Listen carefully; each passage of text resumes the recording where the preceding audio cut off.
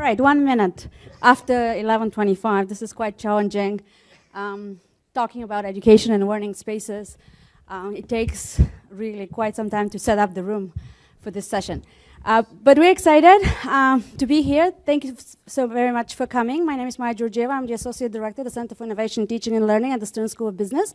And this is my colleague. Imre Craig, Director of E-Learning at the College of New Rochelle. So this is a very super interactive session on the flipped classrooms. Just very quickly, show of hands, how many of you have been part of a flipped classroom initiatives, getting ready, working with faculty, doing anything? Good. See, right, so a lot of you have. And so a lot of you already have dealt with some of the issues. And so what we want to do today is really to learn from each other, share, and push the boundaries of the flipped classroom. Move it and think through the framework of pedagogy, technology, and learning spaces and see where this can go. I know all of us know the basics, so we didn't want to spend any time on the basics, but we wanted to have a discussion here on how we move forward with this concept of active learning. Yep, and really have an interactive session as opposed to talk to you all. So you're going to have to stand up and move around. You have a chance to sit down. Lunch is coming right after this. So, yeah, so we all are going to earn our lunch. You're going to earn your lunch today, right? So very quickly, it's going to be a very high pace, high-speed pace session. So for the first 10 minutes, we want you to congregate around these 6 boards that we posted. So there will be six groups. So roughly about 2 to 3 rows seated. Just move towards the whiteboards. And what we want to do is a blue sky sort of exercise very quickly. So what if you have unlimited resources? And each of you will have a lens. And that lens will be one of these: technology, pedagogy, learning spaces. So what are you going to do if you have unlimited resources in using one of these lenses to advance the flipped classroom? So quickly, get up and go. We'll move around. We'll give more directions. Feel free to tap us on the shoulder, and we'll start talking. We're going to do this for 10 minutes, and then we're going to do 10 minutes of reporting, right? Yes. 10 minutes, and then 10 minutes of reporting.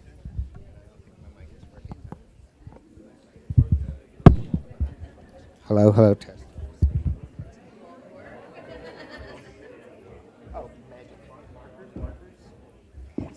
We're going to think about the questions. We're going to give you the Post-its and some markers. So you can use, you can write directly on the boards, or you can use the Post-its.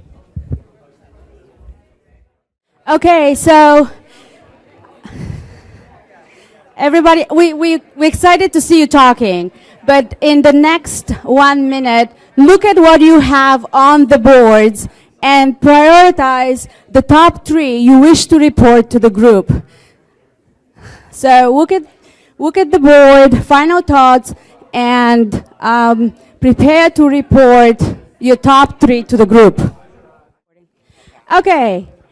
So now it's time to share. Yeah, you can stay in your groups. You can stay near your posters if you want. If you want to have a couple of minutes seat time, that's okay too, as long as you know who's reporting from your group. So it looks like you guys have had a very quick start. So can we start with you? Please, when you report, tell us your lens, and then tell us your top 3 priorities for the flipped classroom. And I will pass the mic. Yes.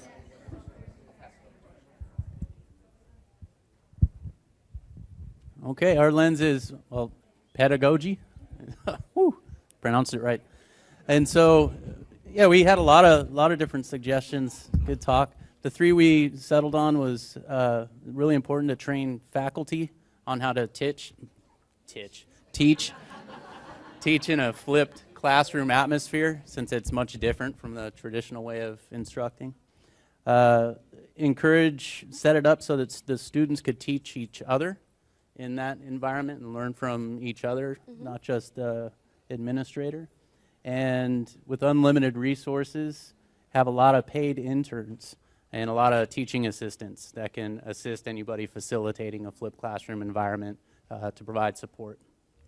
Okay, thank you. So can you pass to group number 2 with the... Yes. Yes. One interesting phenomenon that happened while we were in our group was that the first, I don't know, half a dozen recommendations were all about the technology, not about the pedagogy. And there is that tendency to start with the machines, you know, instead of starting with the learning outcomes that you want to achieve. Thank you. That's a very important point. Okay. Go.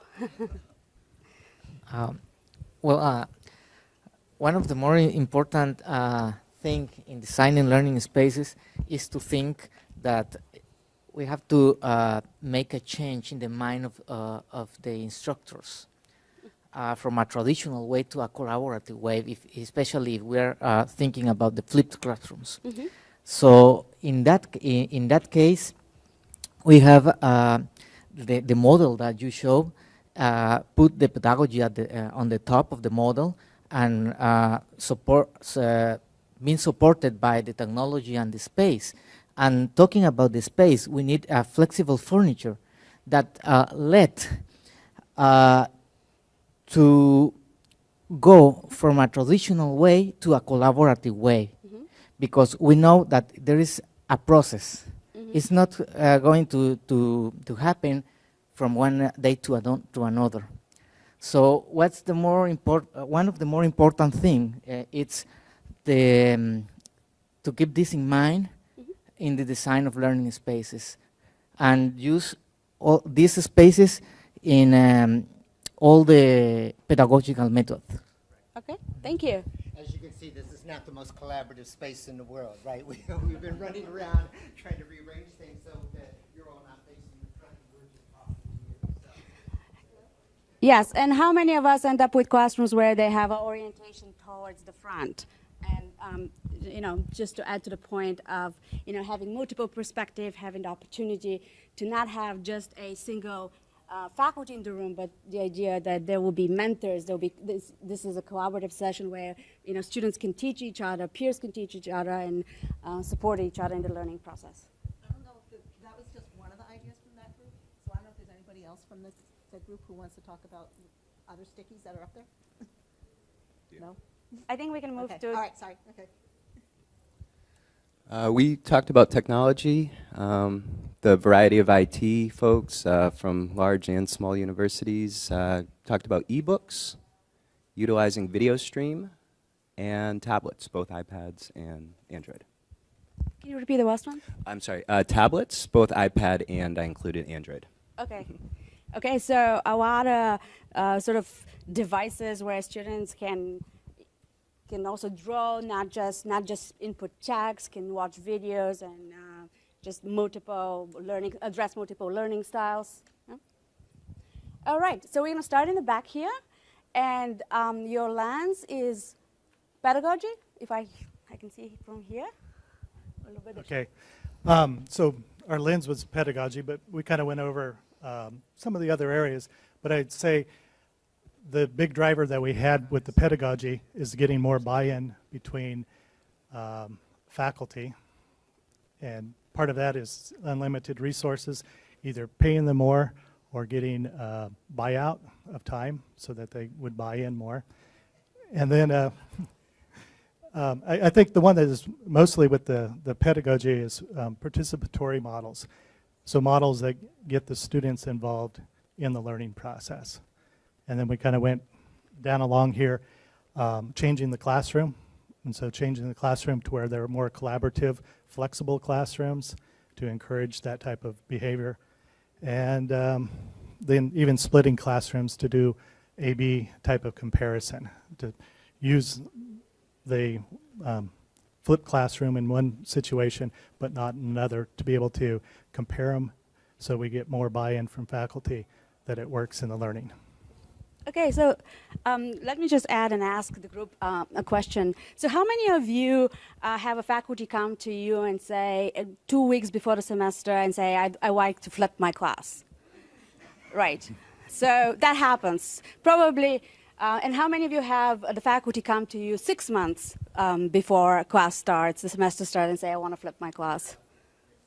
Okay, So a few of you, yeah, okay. So I would admit, so for me to do a good design for flipped class, I actually spent 12 months. I move them through a very rigorous process, and I don't. What I do to share my experience is I usually work with a group of faculty, 2 or 3 faculty, where we move together and we think. And the opportunity oftentimes comes with new courses. Many of you know that new programs, new courses gives an opportunity to rethink and offer a new design. And sometimes there's an opportunity when the faculty have done something and experimented slightly, and now it's ready to go full speed. So it's not something that happens overnight. It takes quite a lot of time, quite a lot of effort to produce the videos. It's not just sitting and doing a couple of tutorials. It's a much more involved process of what happens when students come to the classrooms. When we flipped our first courses, faculty almost unanimously said I had to work harder and they thought that they've done all their works once the videos were ready and students can actually watch them at home. And when they come to class, there's all these activities that they have to come. There's all this active learning, peer learning, evaluation, assessment. Most of them had felt really, challenged by the idea, how do I assess the student collaboration? How do I assess the effort they've put? How do I assess their contribution to their peer? These are not easy questions, so just to add to the pedagogy and at the same time share some of my experience. So next up is learning spaces. So Okay, sure. Yeah, so we grouped our top 3. We grouped our top 3 innovations for learning spaces, and one of them was digital smartboards throughout the whole classroom on all 4 walls or some type of a circular environment, and having some kind of on your tablet or smartphone to be able to swipe it onto the smartboard. Another improvement would be to have some movable furniture, circular furniture, acoustic enhancements, and with that comes a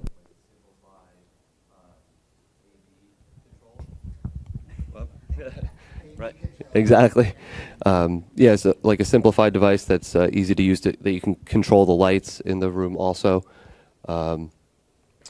What else did we have? Multiple networked printers in the room.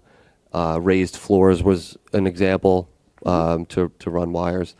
And for larger classrooms, for the flipped classroom, having multiple facilitators and with an unlimited budget, a pool of shared devices that everyone can use when they come to class and even check out of the class. Yeah.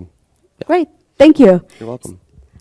So I'll tell you what's on my wish list. I love your first idea, lots of writing surfaces and places, digital and analog spaces where sort of brainstorming and idea sharing and collaboration can happen. And on top of my list is something that can turn this off on Monday and turn it back on Wednesday when the class meets again. So that's on top of my list. But thank you so much for sharing. Okay, and we're finally at the end of the first project, technology. So cognizant of the fact that a lot of what goes on everything that goes on in the classroom is driven by pedagogy, it was hard for us to separate out technology from teaching management styles and the students. And so the first necessity in our classroom was faculty support, primarily in time to learn how to use devices and to become masters in the technology in the classroom. The second was that we wanted students, when they left the classroom, to be given a device to take home and use on their own time, to use to learn the material and to manage their material. And the third was that we also wanted to have virtual support for students who are learning outside the classroom space on their own, so virtual support. Thank you. These are all very good ideas. So from this first exercise of sort of like the blue sky, all of you talked about collaboration, about this being a social process, learning being a social process. You talked about devices and being connected. And then you talked about peer-to-peer, perhaps peer-to-peer evaluation, meaning that not everybody will move at the same pace. and perhaps certain groups. So there will be some coaching and some mentoring, and that's why you need these flexible spaces and some teamwork. And this is where personalized comes to do. So the flipped classroom is a really powerful idea, but it's more. It's not just the video, and that's what we want to do in our next step, which is our next project. So in the next project, each group will have a change maker, a character, and they all come from our own. Yeah, they all come from our environment. We're giving you a little flavor. You can make up a little more if you want to, if you want them to become a little bit more colorful. So we'll give you. So some of you will have the student Max. Some of you will have Amrita, who is an educational technologist. Some of you will have a faculty member who is about to flip her class, and some of you will have an administrator. So this will be your change maker, who is who is part of this new learning mode, the flipped classroom. And then we wanted to think through your character's shoes, what is the role of your character to bring about change? So what is the faculty's role? What is the administrator role? What is the student role? And then you heard around the room sort of the first top priority about technology, pedagogy, learning spaces. We advise to go with the one that you feel most strong about, and maybe do a second one. If there's a very ambitious group, maybe you can do all three, but pick the top two or the top one and work through it through the lens now of your character. So this time, we're going to start from the back, and I hope you enjoyed having your characters. So I like these sunny yellow sticky notes, so could we please start with you? Sure. So we had Dr. Ong, who's an administrator who had previously flipped his classroom with some success. Project a little. In terms of technology, we thought hiring a video production and media team so he could have professionally produced videos would help with that. Piloting a couple classes, so buying personal devices for students for only a couple classes and starting small in the piloting and then moving from there. Updating or upgrading whatever collaborative platform he's already using, and then also ensuring connectivity so that there's enough bandwidth for students to access materials, and that it's easy to connect so that whatever device you're using, you just kind of plug and play and you don't have to worry about connecting problems. For the pedagogy, do you want me to just go through all of them? Oh, lucky you guys. So for the pedagogy, we had creating a community of practice amongst the faculty, having faculty observe a flipped class in session, sharing his own experience since he's done it. He likely has stories from his own experience of what works for him and what doesn't work. Sharing case studies by discipline and sharing other research, either from his institution or similar institutions that had flipped their classroom. And then learning spaces, we said don't set it up like a lecture hall. You want a collaborative space with movable furniture and good acoustics for group discussion, and again, ensuring connectivity, that there's wireless and power everywhere. Okay, thank you. And this time we will just go through the groups quickly, and then we'll have an opportunity for all of us to reflect. So, Blue group, I will just, who's going to report here? Okay. So we were Susan, we were a teacher, and we looked at technology and pedagogy as it related to how she wanted to move her class forward. We thought about making the videos an active viewing experience where they would be asking questions in the middle of it, maybe being able to have a student have that become sort of an adaptive learning environment where, depending on the answer or if they're having trouble, they can then sort of branch out to see different videos, so it's not a completely linear experience. We also thought about different ways where they can perhaps add annotation specifically to a point in the video, and then that could be crowdsourced among either the group or the whole class, to compare the other notes that other students are having, and also to have students individually prepare submissions as part of, like, you've watched the video or you've partaken in the annotation, and then you have to do something before you come to class, and then that becomes sort of your contribution to whatever your team puts together.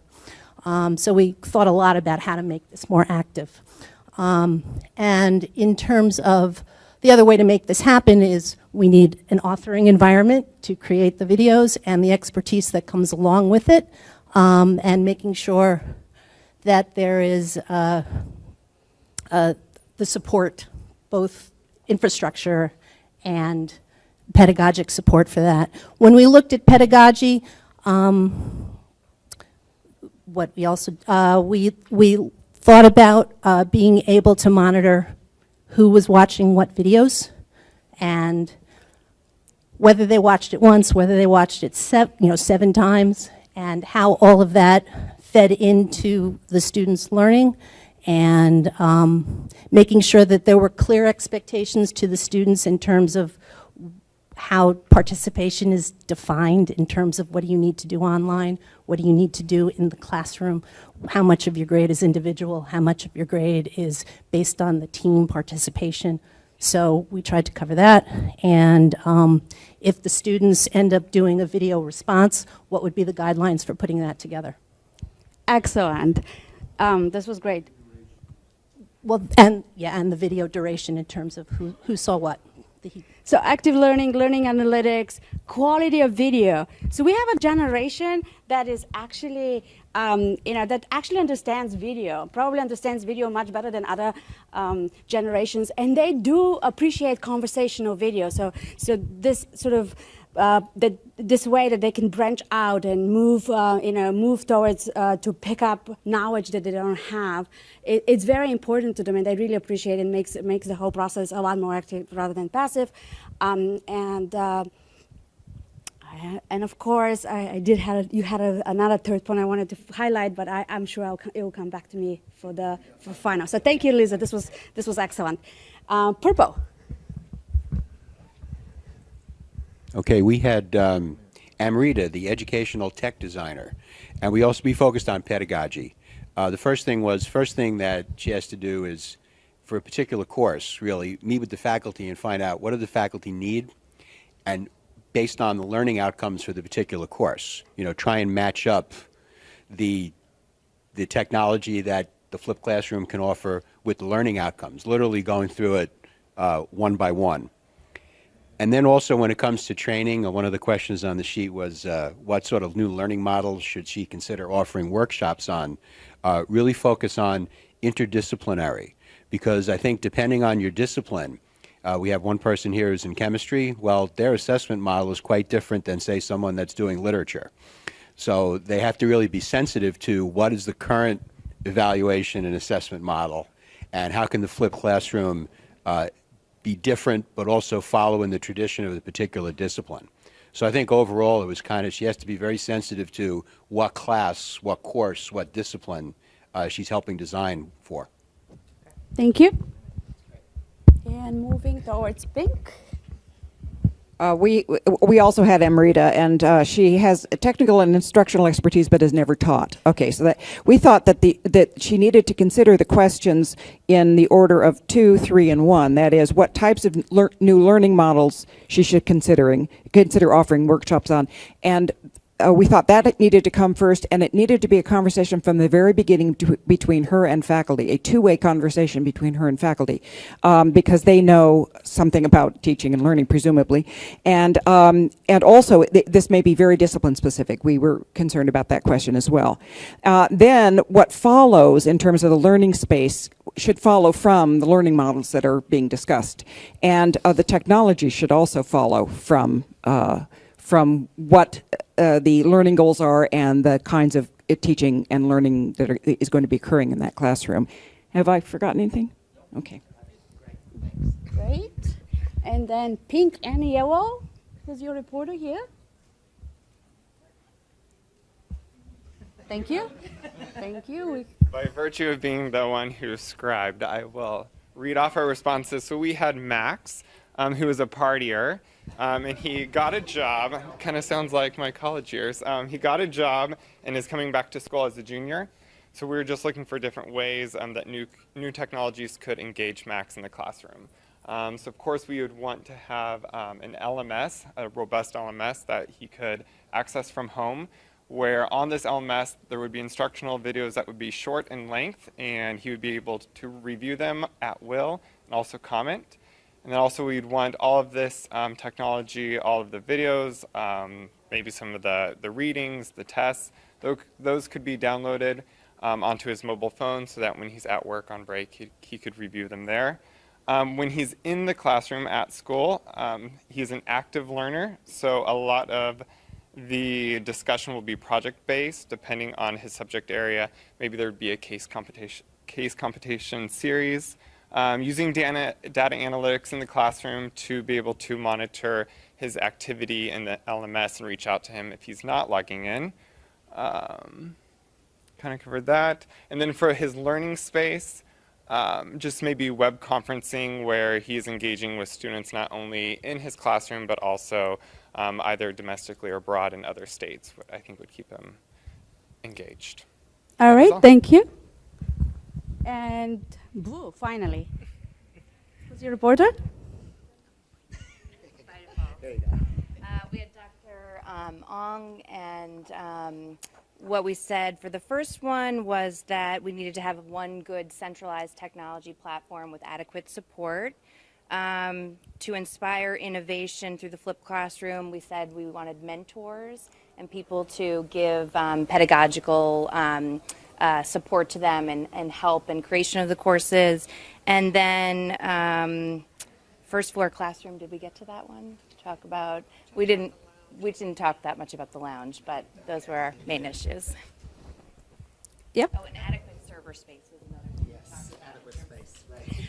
Okay, so thank you so much. Obviously, as we were a larger group, but if you attempt to do that, I would suggest that you have, you have 6 teams in groups of 5, and if you attempt to do this at your local campus. But what I want to share with you about the flipped classroom is that it has become sort of the active learning model, lots of talking, lots of writing. There is some research that suggests that it doesn't work for everyone.